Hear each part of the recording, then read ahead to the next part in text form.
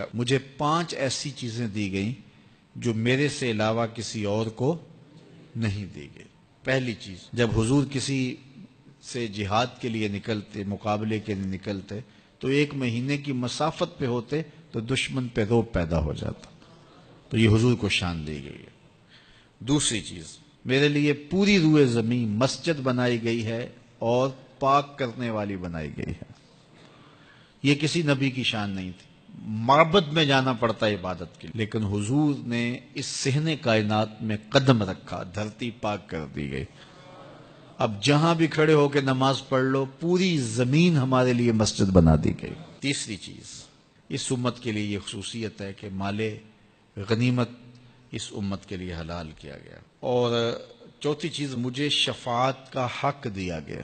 قیامت کے دن اللہ تعالیٰ جل شانہ اپنے محبوب علیہ السلام کو شفاعت کا اذن دیں گے اور حضور شفاعت کریں گے، اور جب شفاعت کا دامن کھولیں گے تو بڑے بڑے گناہگار اس دامن میں چھپ جائیں گے۔ اعلیٰ حضرت بولے، پیش حق مجدہ شفاعت کا سناتے جائیں گے، آپ روتے جائیں گے، ہم کو ہنساتے جائیں گے۔ وسعتیں دی ہیں خدا نے دامن محبوب کو، جرم کھلتے جائیں گے اور وہ چھپاتے جائیں گے۔ اور 5ویں چیز، اللہ نے مجھے خاتم النبیین بنایا ہے، میرے بعد نبوت کا سلسلہ ختم کر دیا گیا۔ تو یہ وہ خوبیاں ہیں جو مجھے عطا کی گئی ہیں، حضور نے فرمایا میرے علاوہ کسی اور کو نہیں عطا کی۔ فرمایا کہ میں اللہ کے ہاں خاتم النبیین لکھا ہوا ہوں، رب نے لکھا ہوا ہے کہ میں آخری نبی ہوں، میں خاتم النبیین ہوں۔ یہ کب سے لکھا ہے؟ اللہ اکبر، حضور علیہ الصلوۃ والسلام کی ولادت کے وقت لکھا، 40 سال کے ہوئے تب لکھا، یا پھر جب حضور کا وصال ہوا تب لکھا کہ اب آپ کے پاس کوئی نبی نہیں آئے گا؟ کب لکھا؟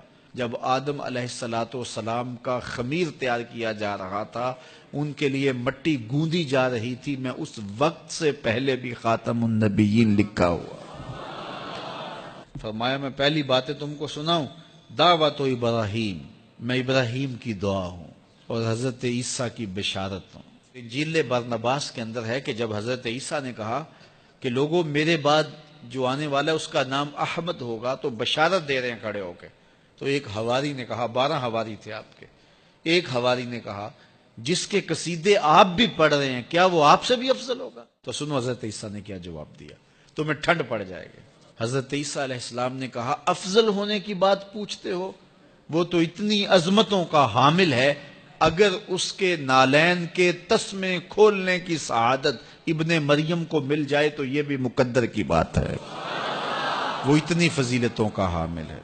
اگر اس کے نالین کے تسمے کھولنے کی سعادت مجھے مل جائے تو میں مقدر والا سمجھوں گا اپنے آپ کو، اتنی عظمتوں کا حامل ہوگا۔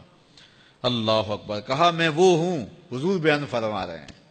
اللہ اکبر، یار جب حسن خود ناز پہ آ جائے تو پھر تو اس کے انداز تکلم نرالے ہوں گے نا۔